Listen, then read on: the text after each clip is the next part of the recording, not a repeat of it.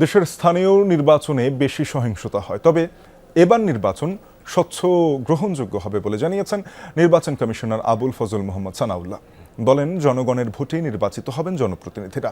আরএফইডি আয়োজিত ত্রয়োদশ সংসদ নির্বাচন পর্যবেক্ষণ অনুষ্ঠানে এসব কথা বলেন তিনি। কমিশনার বলেন, নারী প্রতিনিধিত্ব নিশ্চিত করতে রাজনীতিবিদদের ভূমিকা রাখতে হবে। ত্রয়োদশ জাতীয় সংসদ নির্বাচন একটি অনন্য নির্বাচন হয়েছে বলেও দাবি করেন তিনি। নির্বাচন কমিশন ভায়োলেন্স চায় না বলেও জানান। ভবিষ্যতে নির্বাচন প্রক্রিয়া কিভাবে সাশ্রয়ী করা যায় সে পরিকল্পনা করা হচ্ছে বলে উল্লেখ করেন তিনি। এর আগে 16 লাখ ব্যালট নষ্ট হয়েছে, যেখানে প্রতিটি 50 ব্যালটে একটি ব্যালট নষ্টের দাবি করেন তিনি। পাশাপাশি অভিযোগ করেন, ভোটারদের শিক্ষিত করার ব্যাপারে অংশীজনরা কেউ সফল হতে পারেনি।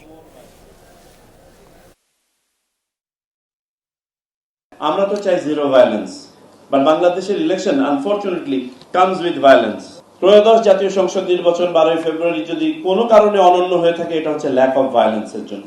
চলুন আমরা এই অভিজ্ঞতাটাকে, এই কালচারটাকে let us carry it forward in the local government election, because local government election in Bangladesh become even more violent.